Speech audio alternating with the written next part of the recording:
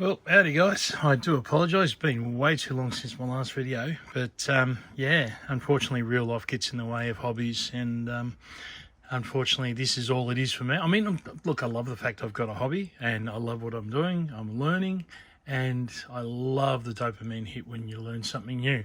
However, all right, getting back onto the subject matter, what I've been fiddling around with and now have some success with is soft metal ingots. So I'm mucking around with lead, tin, and eventually, hopefully, when I get enough of it, zinc.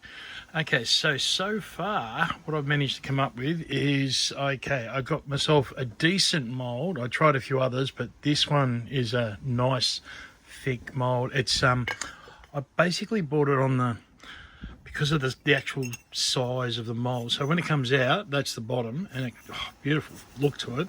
But it comes out, it's about the size of a, definitely not the weight, but it's about the size of a hard drive out of a laptop. So it's very, very nice. It's a little bit bigger than, say, a deck of cards, and a little bit thinner. But yeah, it's got a real nice feel to it. Just so ergonomically, that's the one I chose to go with. Once I decided, I then went and got myself a nice heavy duty mold. Now this one actually has a screw-in handle, but I did try using aluminium with this, but it didn't work out. But the one thing it did leave me with was a nice little thumb grip to be able to turn this, to be able to undo it when it's tightly wound in. You don't want to do it too tight. You don't want to crack this. I don't know how many how many pores I'm going to get out of this, but so far it's done all right. It's done probably over 30 pores so far successfully, and showing no sign of wear, so pretty happy with that. I think I just picked this up on eBay, and yeah, it was under $50, but it was unfortunately well over 20, so I'm not sure exactly how much. I think it was about $35, but worth it in the long run. Now, so what I've actually my system, because when I started getting a whole heap of different metals, I decided to come up with a numbering system or a labeling system. So what I came up with is the second name is the actual metal. The first name is what type of metal. So that's range lead. So that's from bullets. Here we have sheet lead. Now that sheet lead is like from the rolls of lead that you'd use in on your roof for plumbing purposes, and it's still used today, not anywhere near as much as it used to, but it is still used today. And then we get to the tin, or this one's pewter tin, because I've got them out of tankards or mugs or different things that have actually got pewter stamped on them. Now pewter, modern pewter is, I think, around about 92 to 97% tin, so it's a tin alloy. But then again, this is as bad as pure lead as I can get, which is a sheet lead. However, I don't know how pure it is, and it's too soft for making bullets out of, because it deteriorates in the barrel while it's being shot. So that's why range lead is a different sort of lead. It's very, very similar to, in fact, I've been told it's almost identical. It's sort of alloy to wheel weights, the old style wheel weights that clip on the steel rims, because it's a harder alloy, and it's just not pure lead. It's actually got antimony and a few others in it. So yeah, just labeling like that, and of course, just my being pedantic, I'll actually put the weight on them. So range lead, so 793, whereas the sheet lead, oh, okay, that's one good way to ruin the good mold. Okay, so the sheet lead is almost a kilo. It's 992 grams just in one. Although, it's windy today. Okay, so it actually it actually sort of congeals or hardens as it pours in. So it's very, very hard. Look, depending on whether or not you all right, just secure the door. Move the mold to a safe place. Okay, so once you actually start mucking around with it, I found that if you preheat the mold, and then the slower you let it cool down, the much better result you get. And with the pewter, you can't see the purple tinge on that, but that actually got a little bit of a purple tinge. But with the pewter, or the the tin alloy. When it cools down, basically, if you muck around with how hot the mold was and how long you keep the mold heated, also how long it takes to cool down, whether it's in a cold breeze or whether it actually cools down very, very slowly, it comes up with all these different textures, different colours, and or hues. And from what I've been able to research on the net, it appears that that's the impurities that, well, not so much impurities, but the actual other metals other than tin coming to the surface. And indeed, if you do polish this, it'll go back to a nice silver. I've got to say, I've never really played around with tin much before. I used to make lead soldiers back in, like in the 80s when it was still kind of okay to do that. Obviously, if you're mucking around with lead, you need to wash your hands and you need to be careful just how much contact you have. Lead dust is very, very bad for you. Zinc's not too good for you either, but with tin, I'm sure that there will be a unsafe limit as well, somewhere along the lines. I haven't really looked into the MSDSs of different materials and different composites, as in the alloys, but I do know that there is there's only so much your body can handle before it starts getting sick. So I believe it's in Australia. I know that it's actually quite easy just to ask for a heavy metal test, and that includes coppers and a few other things as well, just to be on the safe side. Our medical system is there to be utilised, and it's there for you to make choices, not just your GP. Your GP is very, very good at what they do, but it's also, at the end of the day, it's you making the decisions, not the GP. They are there to consult with you, and then you get to make your decision about what tests to have and when to have them. Okay, so enough of that. Moving back onto these. All right, so with these are pewter that I haven't actually stamped. I'm just using a very, very basic letter number and lettering system. Very, very basic. Unfortunately, they're not lined up. The actual letters are not lined up with the actual with a metal side. So I have made quite a little bit of I've made quite a few letters have gotten a little bit twisted or a little bit, they're not all in unison. Okay, and the other thing is that different metals have a different density, as in like a hardness, sorry. And what will happen is that getting the right amount of impact, because I'm hitting these in one letter at a time with the hammer, and quite often I'll strike too softly or too hard. It's one thing just to go with the hardness of the actual metal, but then how much of the lettering, like if you were to have a good look at these, the letter I, where we go, the letter I quite often goes a lot deeper because there's less surface area on the actual letter.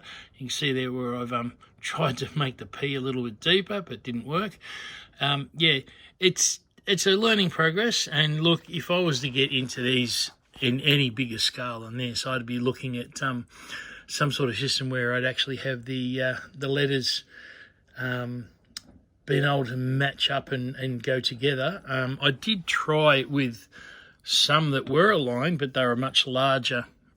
They were a much larger letter, and I don't like the look so much. But anyway, these things are absolutely addictive. They are, like, you can literally just shuffle these. They're just beautiful. Now, tin, lead, and zinc have different values. I haven't really looked at zinc lately, but I was extremely surprised. Okay, so during COVID, I realised that copper was going to go up quite severely, so I hoarded my copper, and I did quite well out of the increase in the global price of copper. However, what I completely missed was tin. Tin went up astronomically, pretty much the same. If you look at the graph, I'd say it went up pretty much similar to copper. However, tin now apparently is worth $50 a kilo in Australia, which is, I think it's $33 a kilo in America. That's actually a lot of money for someone who's just mucking around with a hobby. So all of this here, that starts to add up. If you're looking at, say, $50 a kilo, that's, hang on, is it? Yeah, 50 a kilo. It's a ridiculous amount of money. So, I mean, whoever thought that there could be something in the vicinity of $150 almost? It's over $100 just right there. That's so. Yeah, that's just crazy. However, that's for pure tin, which this is not. This is pewter. And again, I don't sell these. I very rarely sell my scrap, only when I really need money and when the scrap value prices are up. I tend to, I go with the barter system. If you've watched any of my videos, I talk about it way too much. But yeah, so at the moment I've got someone lined up. They take the sheet lead to make sinkers, and being a fisherman, they will quite often catch a bucket of fish, and you sort of you've got to vary your diet, and it's very, very little cost for him to just take one fish out of the bucket and say there you go. However, I'm not 100% sure on the legalities of all of that, so I need to look into that before I start that little system and process away. There's also, I haven't found anyone for the pewter, but I'm looking for, some sort of artistic type of person. Pewter or tin is a beautiful metal to work with. It's very accurate with its molds. You can make some very intricate designs. Just really, really lovely stuff. If you've ever looked on YouTube, you can see a lot of people making, they recommend that you start with tin if you're going to get into making artistic molding of metal. And I agree with that. It's a beautiful metal work with, very, very easy, very forgiving, and also very detailed. Now, the range lead, well, yeah, I'm looking for someone who casts their own bullets. Not as easy as I thought, because it's not a bigger hobby in Australia as it used to be. It's quite restricted, and yeah, people tend to have their own little setup. They tend to be quite, they're either got a club or they've already got a setup. So breaking into that's going to be a little bit tricky. So yeah, it's like making friends at my age. It's a slow process, and it's just as likely to be successful as it is to be a failure. So yeah, look, we'll see how I go with that. I'm still optimistic about it. I'm sure there's someone out there who will go, yeah, okay, I could use that for some reason. Again, with the bartering, quite often it's about what they really, really want, not so much what they say they want or they think they want. It's about what they actually use as well, because if they don't use it, they're probably not going to come back for more. So with the bartering network, it really works well with the consumable items. I've found I have great success with that. When it comes to the one-offs, well, if you've got someone who's got a project and they use lots of different types of one-offs, then yes, it's a recurring trade.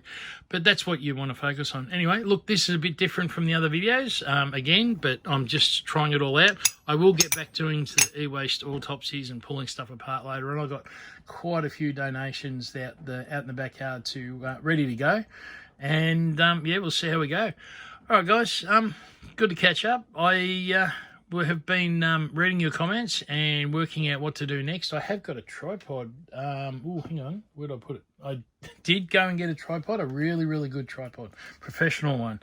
Yeah, I paid $0 because it was a nature strip price. Yeah, so for those who don't live in Australia, nature strip is at the end of your property, between the property and your road in an urban area. You get a footpath, pavement area, concrete usually, and that's council.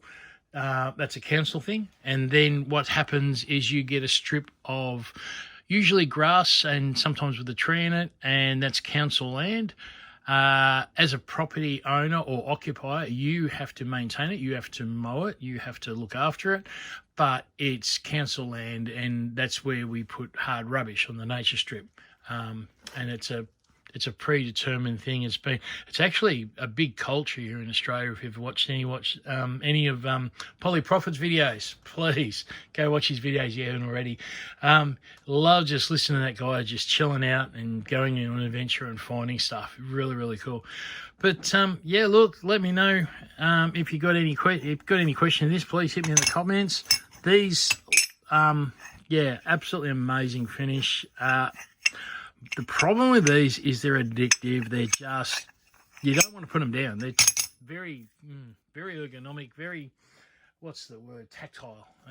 Yeah. And because I am decided now I've got enough just to stack them and try and forget about them until someone wants to trade. That's why I've actually ended up studying the labelling system, so I can just stack them all away as I get the metal. Therefore, there's no, it's just a random order is which I will get the metal. So I can just stack them all in a corner and try and forget they're there so I don't touch them. All right, thanks, guys. Yeah. Hit me up in the comments if you've got any questions. All right. I'm sure I've missed a few obvious bits there, but yeah, hit me up. Ask me what interests you or what else you like to see, and I will catch you soon. Thanks, guys.